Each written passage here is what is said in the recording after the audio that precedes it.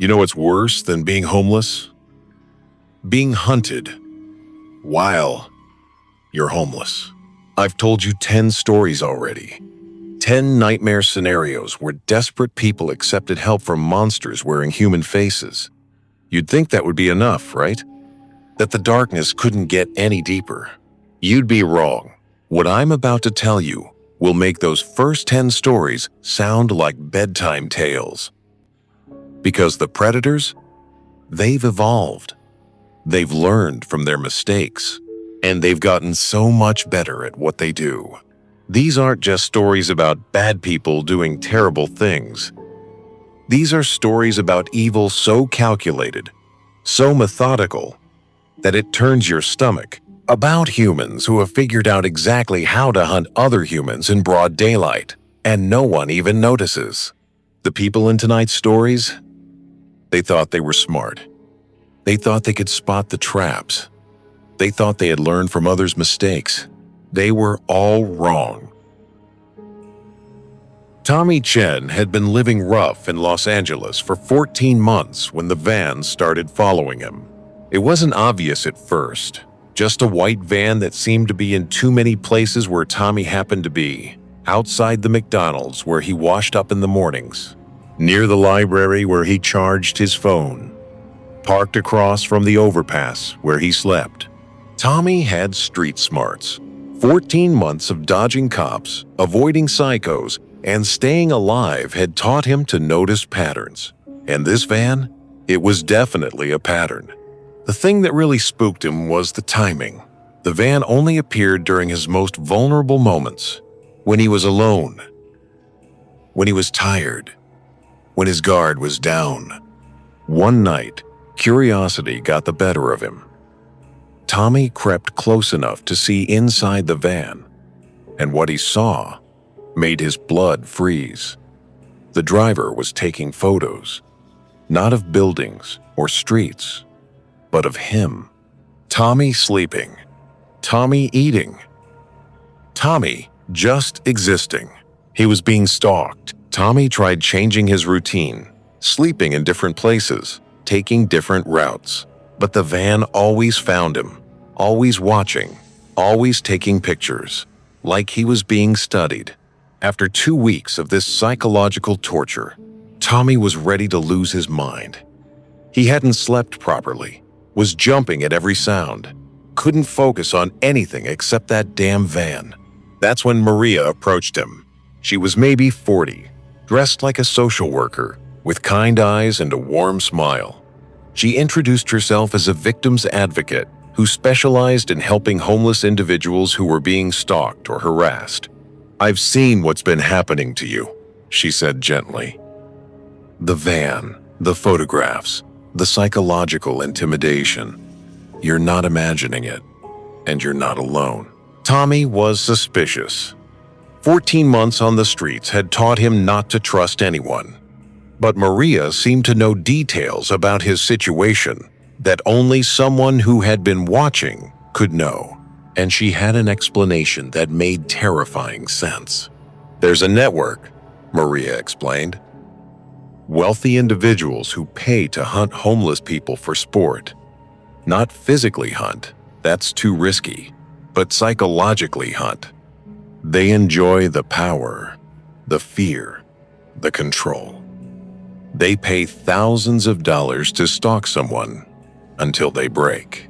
Tommy's stomach turned, but it explained everything. The systematic surveillance, the deliberate intimidation, the way the van always disappeared when other people were around. "I can help you," Maria continued. "We have a safe house program specifically for stalking victims. Completely secure, off the grid, where these psychos can't find you." Tommy wanted to say no, wanted to walk away, but he was exhausted, terrified, and running out of options. The stalking was escalating. The van had started following him even during the day, and the driver had begun getting out and approaching closer. The safe house Maria took him to looked legitimate. A converted apartment building in a quiet neighborhood with security cameras and reinforced doors. About a dozen other people were staying there, all claiming to be stalking victims with similar stories. For the first few days, it felt like paradise. No van, no cameras, no constant fear of being watched.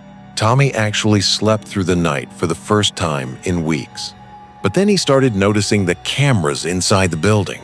They were everywhere, in the common areas, the hallways, even the bathrooms. When Tommy asked Maria about them, she explained they were for security, to make sure none of the stalkers could infiltrate the building. But the cameras weren't just recording, they were broadcasting. Tommy discovered this when he found Maria's laptop open in her office, showing live feeds from every room in the building. And those feeds, they had viewer counts. Hundreds of people were watching them online. The sick truth hit Tommy like a sledgehammer. The safe house wasn't protecting stalking victims. It was providing content for stalking enthusiasts. Maria wasn't saving him from the hunters. She was delivering him to them. The white van, the photographs, the psychological torture. It had all been theater, a setup to make Tommy so desperate that he would willingly walk into a much worse trap. Now, instead of one person stalking him occasionally, hundreds of perverts were watching his every move 24 hours a day, and they were paying for the privilege. Tommy discovered Maria's billing records that night while she was asleep.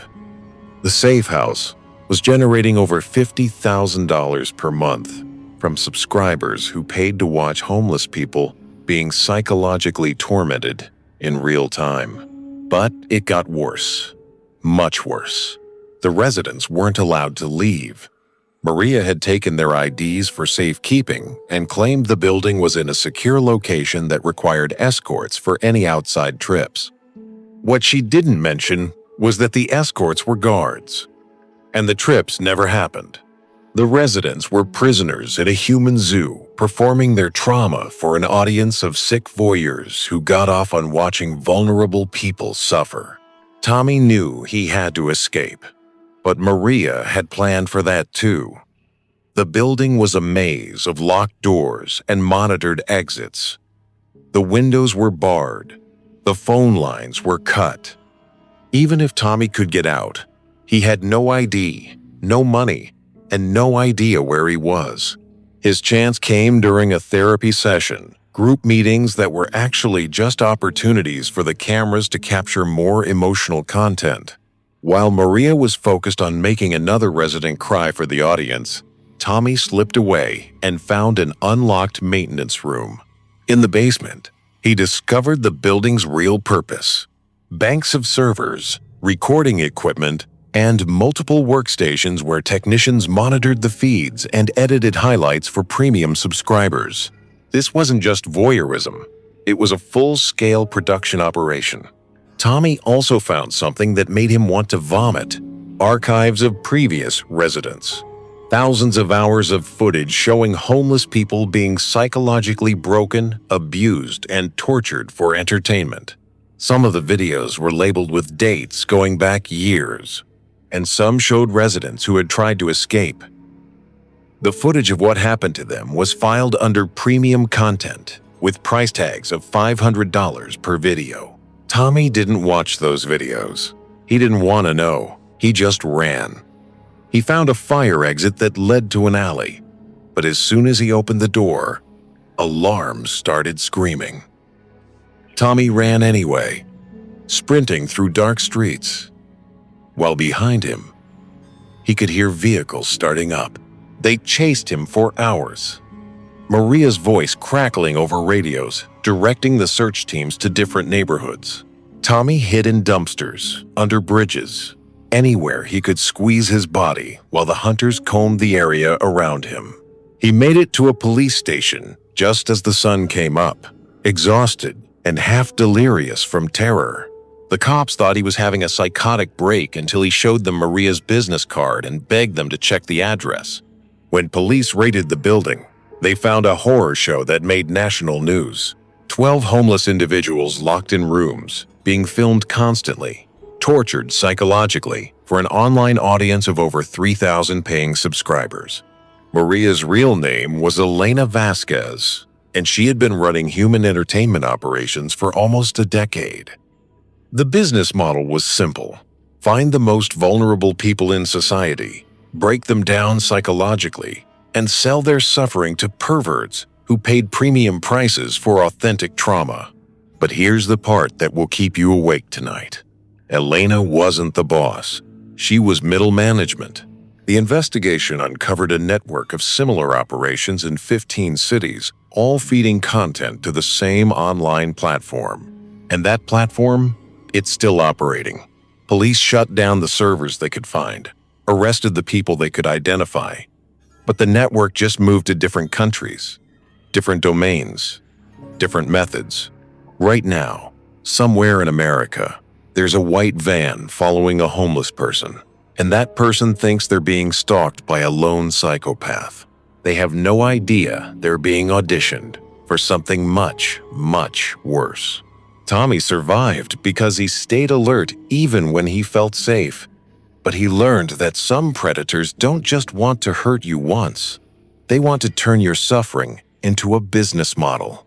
And somewhere in the dark corners of the internet, people are paying good money to watch it happen. Rachel Morrison had been homeless in Atlanta for 7 months when she started getting the text messages. The first one came at 3 a.m. while she was trying to sleep in a 24-hour laundromat. "I see you." Rachel looked around, but the laundromat was empty except for an elderly man folding clothes who was clearly not interested in her. She figured it was a wrong number and deleted the message. The second message came 2 days later. "You look cold tonight." Rachel was huddled under a bridge, and it was cold, freezing cold. But that could describe any homeless person on any winter night in Georgia. Still, the coincidence made her uncomfortable. By the 10th message, Rachel was terrified. The texts were too specific, too accurate.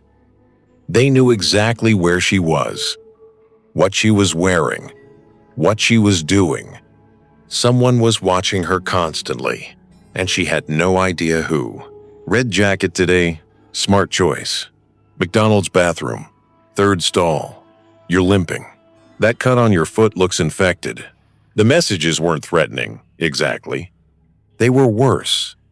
They were intimate. Like someone who cared about her was keeping track of her every movement. Someone who was close enough to see details that strangers wouldn't notice. Rachel tried everything. Changed her phone number. The texts kept coming to the new number within hours. Threw away the phone entirely. Found a new phone in her backpack the next morning with the same number, already programmed with her contacts. That's when she realized she wasn't dealing with a random stalker. This was someone with resources, someone with technology, someone who could track her, even when she didn't have a trackable device. The breakthrough came when Dr. James Williams found her.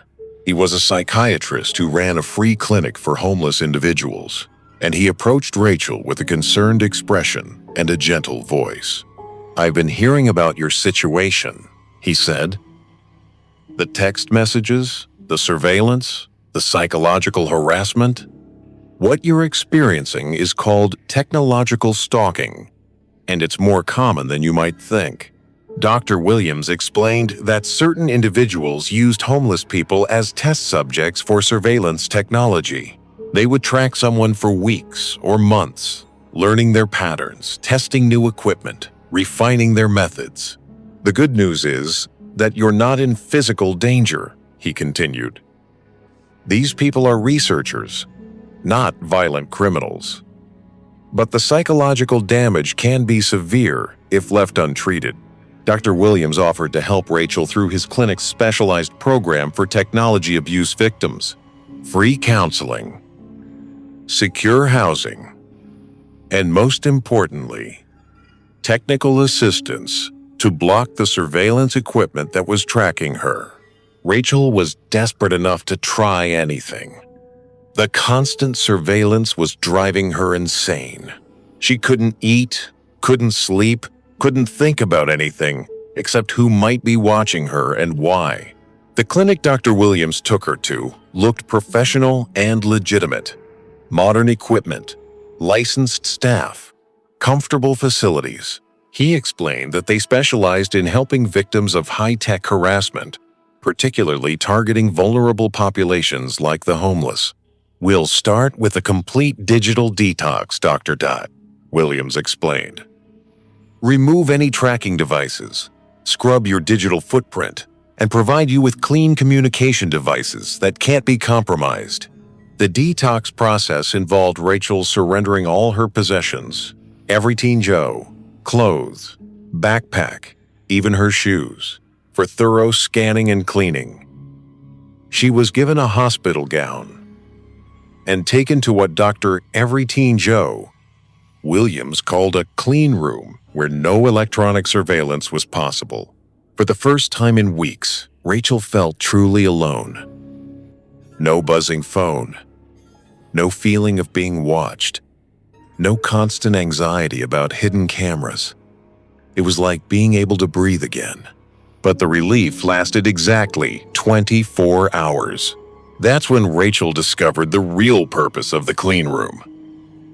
It wasn't protecting her from surveillance. It was providing a controlled environment for much more intensive surveillance. The walls weren't just blocking external signals. They were recording everything.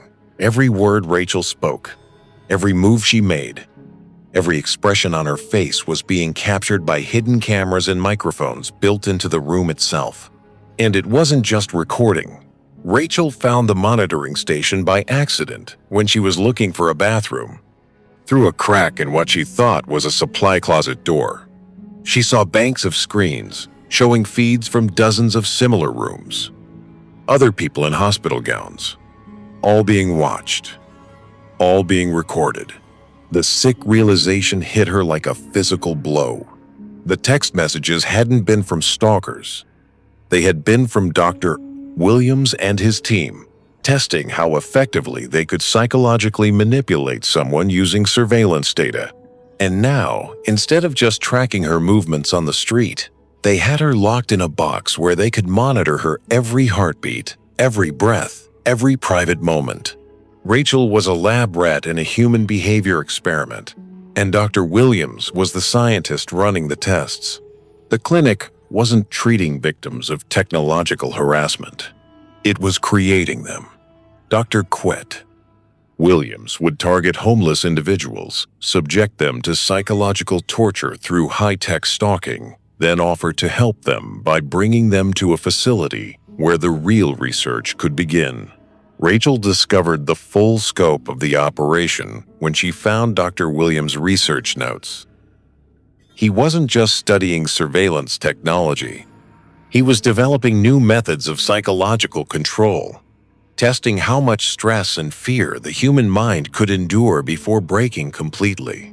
The homeless subjects were perfect because they were already traumatized, already isolated, already dismissed by society if they tried to report what was happening to them. No one would believe that sophisticated surveillance equipment was being used to torture people living on the streets. But the research had a commercial purpose. Dr. Williams was developing these techniques for sale to foreign governments, corporations, and wealthy individuals who wanted to control specific people without leaving evidence of physical abuse. Rachel was scheduled for something called Phase 3 testing the next morning. And from what she could piece together from the research notes, Phase 3 subjects didn't survive the process. That night, Rachel made her escape attempt. She had noticed that the monitoring station was less heavily staffed during overnight shifts, and there was a brief window around 4 a.m. when only one technician was watching the feeds. Rachel waited until the technician got up to use the bathroom, then smashed her way out of the clean room using a metal chair leg she had worked loose from the furniture. The alarm started screaming immediately, but she made it to the exit before security could respond. She ran through the streets of Atlanta in a hospital gown, barefoot, with no money and no ID. But she had never felt more free in her life. The first police officer she found thought she was having a mental health crisis until she convinced him to check the address of Dr. Williams' clinic. When police raided the facility, they found one of the most sophisticated human experimentation operations in American history. 43 homeless individuals locked in monitored cells, being subjected to psychological torture disguised as mental health treatment. Dr. Williams had been conducting illegal human research for over 6 years, using homeless subjects to test surveillance and control technologies that he sold to buyers around the world. The research had generated millions in revenue, and the techniques had been used to torture political prisoners, corporate whistleblowers, and other targets in dozens of countries. But here's what will give you nightmares. The investigation revealed that Dr. Williams was just one researcher in a larger network. Similar operations were running in major cities across America, all conducting human experiments on homeless populations. And they're still operating. Police shut down Dr. Williams' clinic, but the network just adapted. New faces, new locations, new methods of finding vulnerable test subjects. Rachel survived because she stayed curious even when she felt safe, and she acted on her instincts when something felt wrong. But she learned that some predators use technology to hunt with precision that would make serial killers jealous. And right now, somewhere in America, a homeless person is getting text messages from someone who knows exactly where they are and exactly how to break their mind. Danny Rodriguez thought he was finally getting a break when the job offer came. He'd been homeless in Houston for 9 months, living in his car until it got repossessed, then sleeping rough wherever he could find shelter from the Texas heat. Finding work was nearly impossible without a permanent address, and the few-day labor jobs he could get barely covered food. The job offer came from a man named Carl who ran a small construction company. Carl said he specialized in hiring people who were down on their luck, giving them a chance to get back on their feet. "I don't care about your housing situation," Carl told Danny. "I care about whether you can work. Show up on time, work hard, and I'll pay you fair wages, cash, every day." It sounded too good to be true, but Danny was desperate. Carl even offered to let Danny sleep in the company trailer on the job site until he could afford his own place. The construction site was in an industrial area outside Houston, working on what Carl described as a warehouse complex for a logistics company. About 20 guys were working there, and most of them had been homeless when Carl hired them. The work was legitimate: pouring concrete, framing walls, installing electrical systems. Hard labor, but honest work that paid $15 an hour cash at the end of each day. For the first time in months, Danny felt like he might actually climb out of the hole his life had become. But after 2 weeks, Danny started noticing strange things about the job site. The warehouse they were building didn't match the blueprints Carl had shown them. What they were actually constructing looked more like a prison than a storage facility. Heavy-duty locks, reinforced doors, no windows in most of the rooms. When Danny asked about the discrepancies, Carl laughed it off. Client changed their mind about the design. Happens all the time in construction. We just build what they pay us to build. Danny might have accepted that explanation, but then he noticed the surveillance equipment. Not just security cameras. Those were normal for construction sites. But microphones, motion sensors, and other monitoring devices that seemed excessive for a warehouse. The real red flag came when Danny realized that none of the workers ever seemed to leave the job site. They all slept in trailers like he did, ate meals provided by Carl's company, and worked 7 days a week. It was like they were all living in a company town. "Why doesn't anyone go home?" Danny asked Jake, one of the other workers. Jake gave him a strange look. "Home? Man, this is home. Carl takes care of us. Food, shelter, steady work. What more do you need?" But Jake's eyes were different when he said it. Flat, empty. like he was reciting words he'd been taught rather than expressing his own thoughts. That night, Danny decided to test something. He told Carl he wanted to go into town to buy some personal supplies and maybe call his sister to let her know he was okay. Carl's reaction was immediate and intense. "That's not a good idea, Danny. You're just getting settled here, building momentum. Going back into town will just remind you of all the problems you left behind. Better to focus on the future." When Danny insisted, Carl's demeanor changed completely. The friendly employer disappeared, replaced by something much colder. "I don't think you understand your situation," Carl said quietly. "You have no address, no references, no legal employment history. If you leave here, you'll be back on the streets within a week. Is that what you want?" Danny realized he was being held against his will, but it was done so subtly that he couldn't prove it. No locks on his trailer, no guards stopping him from walking away. Just psychological pressure and a constant reminder that he had nowhere else to go. But the psychological pressure was working. Danny found himself agreeing with Carl's logic, accepting that maybe it was better to stay put, to not rock the boat. The work was steady, the food was regular, and he was finally feeling stable. That's when Danny discovered what they were really building. He was working late one evening, installing electrical outlets in one of the completed rooms, when he heard voices from the adjacent space. Through the thin walls, he could hear Carl talking to someone about inventory management and processing capacity. "We can handle up to 50 units at a time," Carl was saying. "Full processing cycle takes about 6 weeks from intake to shipment. Quality control is excellent. We haven't had a rejection in 8 months." Danny crept closer to the wall and realized with growing horror that Carl wasn't talking about warehouse goods. He was talking about people. The homeless workers weren't just building a facility, they were building their own prison. The warehouse was designed to hold homeless individuals who would be processed, broken down psychologically, trained to be compliant, then sold to buyers who needed workers they could control completely. And the construction crew?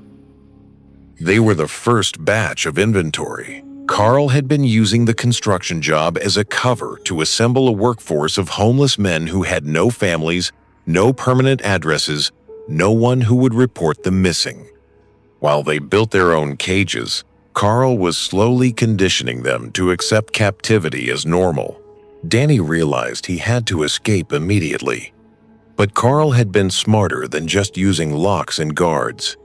He had created a psychological prison where the inmates convinced themselves they wanted to stay. Most of the workers had been there for months, gradually accepting more restrictions on their movement, more control over their daily activities. They genuinely believed Carl was helping them, even as they built the facility that would imprison them permanently. Danny's escape attempt came during a supply run to town. He volunteered to ride along with Carl to pick up materials, then slipped away when Carl was distracted talking to a supplier. But he didn't just run everyone. He went straight to the police with detailed information about the construction site and what was being built there. The officers who took his statement initially thought Danny was having a mental health crisis. His story about homeless workers building their own prison sounded like paranoid delusions. But Danny's knowledge of specific construction details and his accurate description of the site layout convinced them to investigate. When police raided the warehouse complex, they found exactly what Danny had described: a human trafficking facility disguised as a construction project, designed to hold and process homeless individuals for sale. To buyers who wanted disposable workers, Carl had been running the operation for 3 years, using construction jobs as a way to recruit and evaluate potential victims. He would hire homeless workers, isolate them on remote job sites, then gradually condition them to accept increasing levels of control until they were psychologically ready for sale. Police found evidence of over 60 victims who had been processed through Carl's operation. Some had been sold to agricultural operations that needed workers who wouldn't complain about conditions or wages. Others had been shipped to overseas buyers for purposes the investigation couldn't determine. But the most disturbing discovery was how many of the workers defended Carl even after the truth came out. They insisted he had been helping them, that the police were wrong to arrest him. The psychological conditioning had been so effective that the victims couldn't recognize they had been victimized. Carl was sentenced to life in prison, but authorities believe similar operations exist throughout the American South and Southwest, using construction and agricultural work as covers for human trafficking operations targeting homeless populations. Danny survived because he recognized the difference between help and control, even when the control was disguised as care. But he learned that some predators don't just hunt individuals, they hunt entire groups, slowly trapping them in psychological cages. They help build themselves. And somewhere in America, there's probably another construction site where homeless workers are building something they don't understand for someone who sees them as inventory rather than human beings. Lisa Park had been homeless in Minneapolis for 4 months when winter hit like a freight train. Minnesota winter doesn't mess around. When temperatures drop to 20 below zero, being outside isn't just uncomfortable, it's deadly. Lisa had managed through fall by sleeping in doorways and bus shelters, but once the real cold arrived, she was facing a choice between finding indoor shelter or freezing to death. The city's homeless shelters were overcrowded and dangerous, with waiting lists that stretched for weeks. Lisa had tried them before and found them almost as hazardous as the streets. Theft, violence, and disease were constant threats in the overcrowded facilities. That's when she heard about the underground. It wasn't an official program or government service, just word of mouth among the homeless community about a network of people who provided emergency winter shelter in private homes.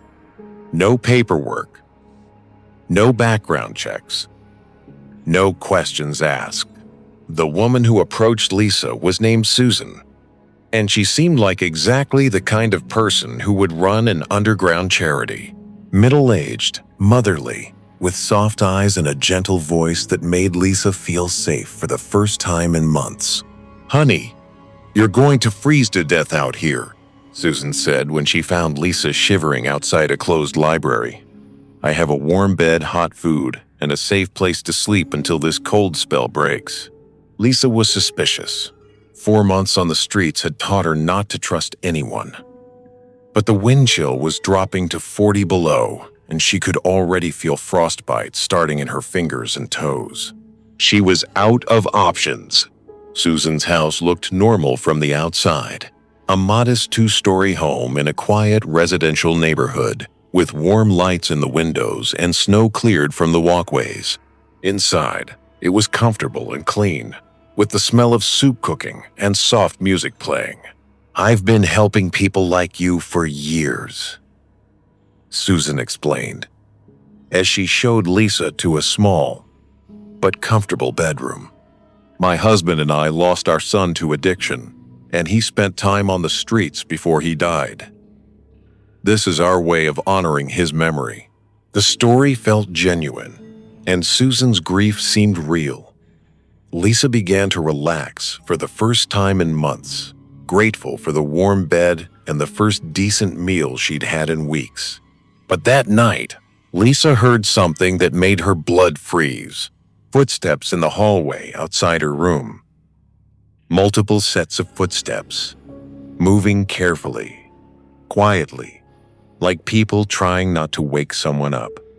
Then whispering voices, too low to understand but close enough to know they were talking about her. Lisa crept to her door and listened. Susan was talking to at least 2 other people, and they were discussing her like she was an object rather than a person. "This one's perfect," Susan was saying. "Young, healthy, no family connections, no one who will report her missing." The buyer in Dubai is looking for exactly this type. Lisa's heart started pounding so hard she was sure everyone in the house could hear it. She wasn't a guest in Susan's home. She was merchandise. Through her door's keyhole, Lisa could see into the hallway. Susan was there with two men who definitely weren't her husband. One was taking photographs of Lisa's identification documents, which Susan had asked for emergency contact purposes. The other was typing information into a laptop. Processing takes about 2 weeks. One of the men was saying, full medical workup, psychological evaluation, language training if needed. She'll be ready for shipment by the end of the month. Lisa realized with growing horror that Susan wasn't running a charity for homeless people. She was running a human trafficking operation, using the bitter Minnesota winter as a weapon to collect victims who were desperate enough to go anywhere for shelter. And Lisa wasn't Susan's first victim. As she listened to the conversation in the hallway, she heard references to other girls, other successful placements, other buyers in different countries who had specific requirements for the women they purchased. Susan had turned helping homeless people into a business model. She would offer shelter during the most dangerous weather, when people were literally choosing between her house and death, then ship them overseas to buyers who wanted women they could control completely.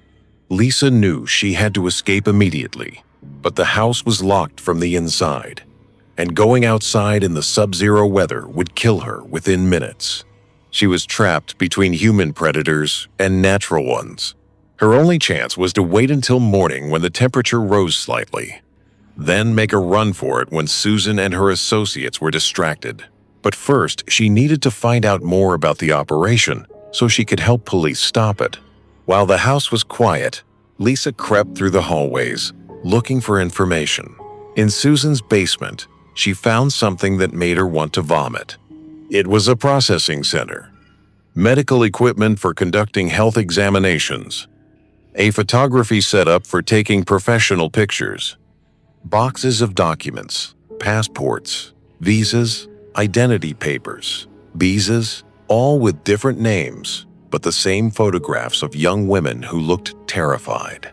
And there were holding cells, 3 small rooms with reinforced doors and no windows, clearly designed to contain people who didn't want to be contained. 2 of them were empty, but the third held a girl who couldn't have been more than 19, unconscious on a thin mattress. Lisa tried to wake the girl, but she was heavily drugged. Her breathing was shallow, and her skin was cold to the touch. There were injection marks on her arms, and she had the wasted appearance of someone who had been imprisoned for weeks. That's when Lisa heard footsteps on the basement stairs. Susan was coming down to check on something, and Lisa was trapped in the processing center with unconscious victim and nowhere to run. Lisa hid behind some medical equipment and watched as Susan entered the cell with a syringe. She was preparing to give the unconscious girl another injection of something that would keep her compliant and sedated. When Susan bent over the girl to find a vein, Lisa attacked. Lisa took Susan's keys and phone, then tried to wake the other girl again. This time, she managed to get her conscious enough to walk, though she was still heavily drugged and confused. Getting out of the house was the most terrifying part. The men who had been with Susan earlier were sleeping upstairs, and Lisa had to get herself and the drugged girl past them without making any noise. One creaking floorboard would wake them up, and Lisa knew she and the other girl would both end up in those basement cells. They made it out through a basement window, but stepping into the Minnesota winter was like walking into a freezer. The temperature was still 15 below zero, and both girls were wearing only light clothing. Lisa knew they had maybe 20 minutes before hypothermia set in. Lisa used Susan's phone to call 911, but she couldn't give an accurate address because she didn't know the neighborhood. Instead, she told the dispatcher to look for 2 girls running through the snow, one carrying the other, and to follow the footprints. When police found them, both girls were unconscious from cold exposure. They survived, but Lisa lost 3 toes to frostbite, and the other girl suffered permanent nerve damage from the combination of cold and whatever drugs Susan had been giving her. The police raid on Susan's house uncovered a human trafficking operation that had been running for over 5 years. Susan had been using Minnesota's brutal winters as a hunting season, collecting desperate women when they were most vulnerable and shipping them to buyers around the world. Police found evidence of over 30 victims, all young women who had been reported missing during previous winters. Susan's network included contacts in multiple countries and a sophisticated system for moving human cargo across international borders. But here's the part that will haunt you. Susan wasn't working alone, and she wasn't unique. The investigation revealed similar operations in other cold weather cities, all using extreme weather as a weapon to collect victims who would literally die if they didn't accept help. And every winter, when temperatures drop and homeless people become desperate for shelter, the predators start hunting.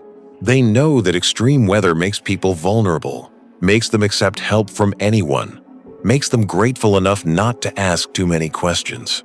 Lisa survived because she stayed alert even when she felt safe, and because she was willing to risk death from cold rather than accept slavery and warmth. But she learned that some predators turn natural disasters into business opportunities.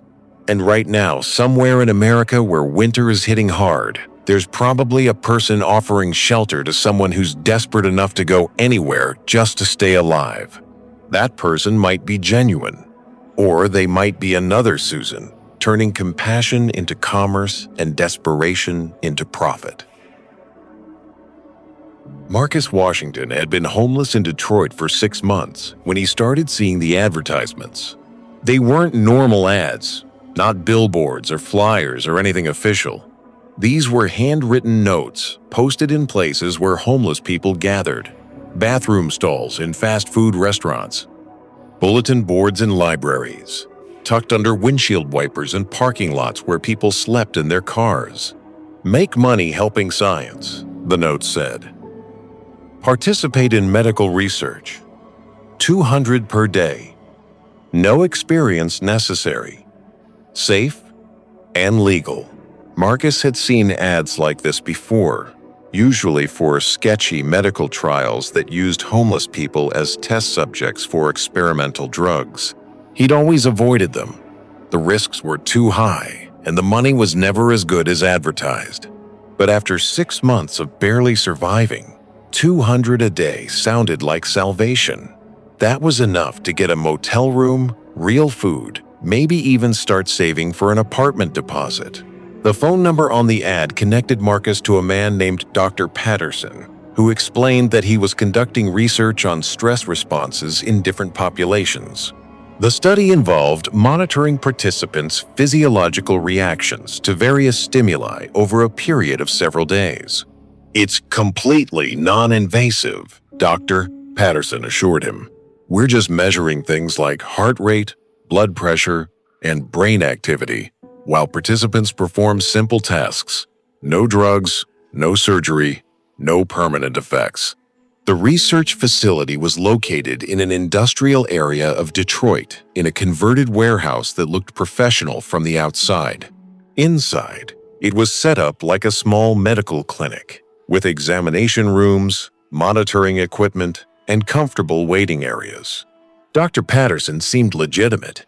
He had medical credentials on the wall, wore a white coat, and spoke in the calm, reassuring tone of someone accustomed to working with nervous patients. We specifically work with homeless populations because you've experienced unique stressors that housed populations haven't, he explained. Your data will help us understand how the human body adapts to extreme circumstances. The initial examination was routine: basic health checks, medical history, psychological evaluation, nothing that seemed dangerous or unusual. Dr. Patterson explained that the actual research would begin the following day and would require Marcus to stay at the facility for 3 days of continuous monitoring. We provide meals, comfortable accommodations, and entertainment during downtime, Dr. Patterson said. Think of it as a paid vacation, where you help advance medical science. Marcus agreed to participate. The facility seemed legitimate. The research sounded reasonable. And $600 for 3 days of work was more money than he'd seen in months. The first day of research seemed exactly as advertised. Marcus was connected to monitoring equipment that tracked his vital signs while he performed simple tasks, computer games, math problems, memory exercises. The tasks were mildly stressful, but nothing worse than a difficult job interview. But on the second day, things changed. Dr. Patterson explained that they needed to test responses to elevated stress scenarios to get meaningful data. The tasks became more intense. Loud noises, flashing lights, verbal confrontations, with research assistants who would shout at Marcus while he tried to complete assignments. This is still within normal parameters, Dr. Patterson assured him when Marcus expressed discomfort. We're just measuring your body's natural stress responses. The data is invaluable for understanding trauma recovery. Marcus wanted to quit, but he needed the money desperately. And Dr. Patterson kept insisting that everything was safe, that they were just collecting data, that Marcus could stop any time if he really wanted to. But when Marcus tried to stop, Dr. Patterson's demeanor changed. The kindly researcher disappeared, replaced by something much colder. You signed a contract, Dr. Patterson said firmly. 3 days of participation in exchange for payment.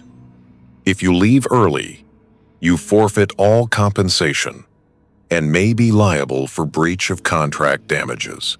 Marcus had never signed any contract, but Dr. Patterson produced documents with Marcus's signature that he didn't remember signing.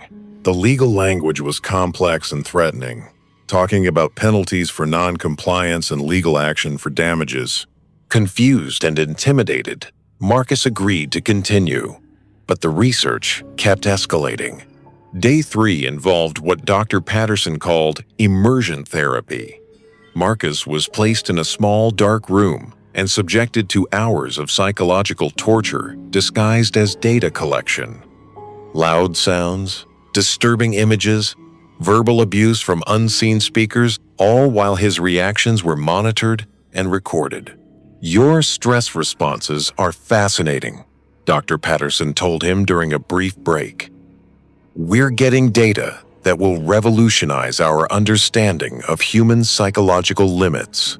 But Marcus realized that the research wasn't being conducted to help anyone. The equipment monitoring him wasn't just measuring his stress. It was being used to perfect techniques for causing maximum psychological damage with minimum physical evidence. Dr. Patterson wasn't studying stress responses. He was refining torture methods. The breakthrough came when Marcus overheard Dr. Patterson talking to someone on the phone about client specifications and delivery timelines. The conversation made it clear that the research data was being sold to buyers who wanted to know the most effective ways to break someone's mind without leaving marks. The homeless subjects are perfect, Dr. Patterson was saying. They're already traumatized, so we can push them further without permanent damage. And if something goes wrong, nobody investigates missing homeless people very thoroughly. Marcus understood with sick clarity that he wasn't a research participant. He was a test subject in an operation that developed psychological torture techniques for sale to governments, corporations, and individuals who wanted to control people through fear. And the facility wasn't just running one study. Marcus saw evidence of multiple research projects, all using homeless people as expendable test subjects for increasingly horrific experiments. Some involved drugs, others involved sensory deprivation, others involved methods of psychological manipulation that Marcus couldn't even understand. The worst part was discovering how many people had been through Dr. Patterson's facility. File cabinets filled with research data on hundreds of homeless individuals who had participated in studies over the past several years. Some had been used for multiple experiments, Others had been retired when they were no longer useful as test subjects. Marcus realized he needed to escape immediately, but the facility was secured like a prison. Locked doors, security cameras, guards who were dressed like medical technicians but clearly had other training. Dr. Patterson had planned for the possibility that subjects might try to leave. His escape came during a power outage that knocked out the security systems for about 20 minutes. Marcus had been watching the patterns of the facility, and he knew this was his only chance. He broke out of his monitoring room and ran for the exit, while the guards were dealing with the electrical emergency. He made it to the street, but he didn't just run away.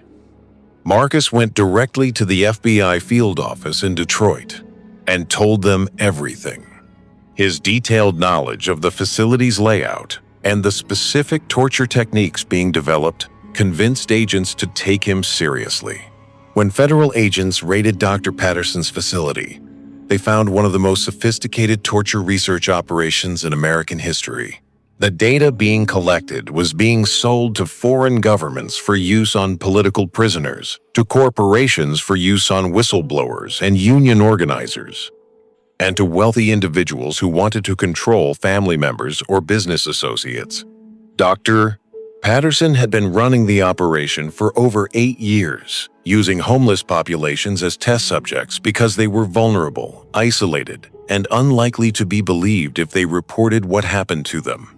The research had generated millions in revenue and had been used to torture thousands of victims around the world. But the investigation revealed something even more disturbing. Dr. Patterson wasn't unique.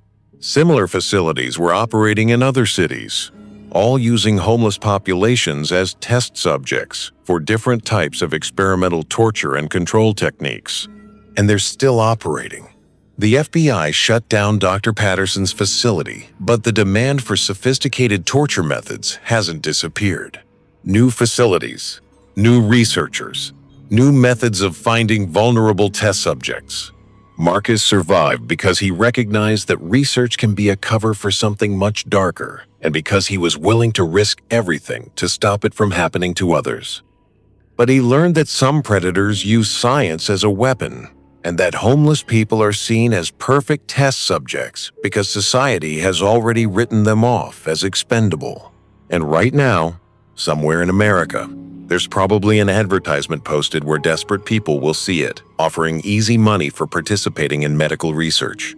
The research might be legitimate, or it might be another Dr. Patterson turning human suffering into scientific data and selling it to the highest bidder. You know what the worst part of these stories is? They're not finished. Every person I just told you about, Tommy, Rachel, Danny, Lisa, Marcus, they all survived. They all escaped. They all lived to tell their stories, to police, to investigators, to anyone who would listen. But for every one of them who made it out, dozens didn't. Tommy escaped the human zoo, but there were 12 other people in that building who didn't run when the alarms went off. What happened to them when the cameras kept rolling and no one was coming to save them? Rachel broke free from the surveillance lab, but Dr. Williams had been running experiments for 6 years. 6 years of homeless test subjects who disappeared into clean rooms and never came out. Their screams are still echoing somewhere, in research data sold to the highest bidder. Danny got away from the construction site before it became a prison, but 20 other guys were living in those trailers, convinced their captor was their savior. They're probably still building cages, still grateful for the privilege of forging their own chains. Lisa survived the Minnesota trafficking house, but Susan had been operating for 5 years. 5 winters of desperate women choosing between Susan's warm house and freezing to death outside. Most of them chose wrong. And now they're property in countries whose names they can't even pronounce. Marcus escaped the torture lab, but Dr. Patterson had files on hundreds of previous subjects. Hundreds of homeless people who trusted a man in a white coat offering easy money and learned too late that some research requires you to die for science. The survivors are the exceptions. The lucky ones. The people who noticed something wrong soon enough, trusted their instincts strongly enough, or got lucky enough to escape before the trap closed completely. But the predators, they're still hunting. Right now, while you're listening to this, they're refining their methods, improving their techniques, learning from their mistakes. They've figured out that homeless people make perfect victims. No one reports them missing. No one investigates their disappearances. No one believes their stories if they try to get help.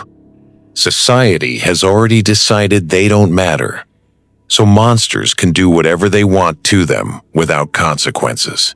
And the truly horrifying truth is that these aren't isolated incidents. They're not random crimes committed by individual psychopaths. They're systematic operations, business models, industries built on harvesting the most vulnerable people in our society. Somewhere in America right now, there's a van following a homeless person, collecting data for the next phase of psychological torture. There's a fake charity setting up shop near a tent city, ready to collect victims when the next disaster strikes. There's a construction crew building a facility they don't understand, supervised by someone who sees them as inventory. There's a clean room being prepared for the next test subject. There's a basement being converted into a processing center. There's a research facility posting ads in places where desperate people will see them. The hunting never stops. It just gets better at staying hidden. Because here's the thing that keeps me awake at night. These predators didn't just stumble onto the idea of targeting homeless people. They studied the problem. They identified the vulnerabilities. They developed systematic approaches to exploitation. They know that desperation makes people accept help from anyone. They know that isolation makes people grateful for any human contact. They know that society's abandonment of homeless populations creates a perfect hunting ground where they can operate without fear of investigation. They've turned human suffering into profit margins, desperation into opportunity, society's failures into their business model. And every time someone falls through the cracks, every time someone loses their home, their job, their support system, they become potential prey for monsters who have turned hunting humans into a science. The most terrifying part isn't what happened to the people in tonight's stories. It's what's happening right now to people whose stories we'll never hear, because they won't survive to tell them. So when you lock your doors tonight and settle into your safe, warm bed, remember that security isn't just about walls and locks. It's about having a place in society where you matter to someone, where your absence would be noticed, where someone would come looking if you disappeared. Because out there in the darkness, in the spaces between streetlights where society's forgotten people try to survive another night, the predators are still hunting. They're still offering warm beds and hot meals. They're still wearing the masks of saints while hiding the hearts of demons. And they're getting better at what they do. The survivors escaped because they recognized the danger.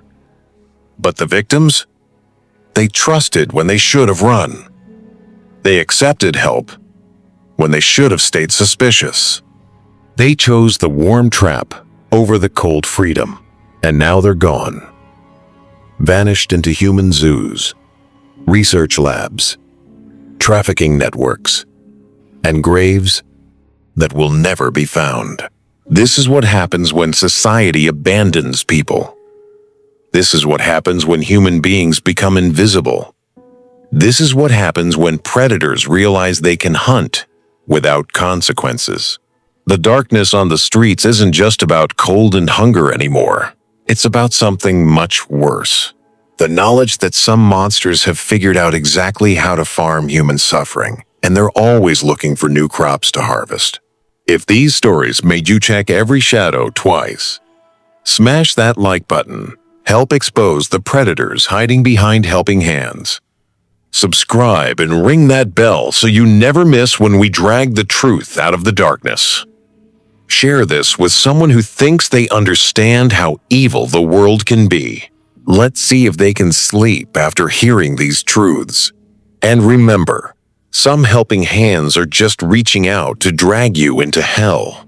This is Dread Dynasty.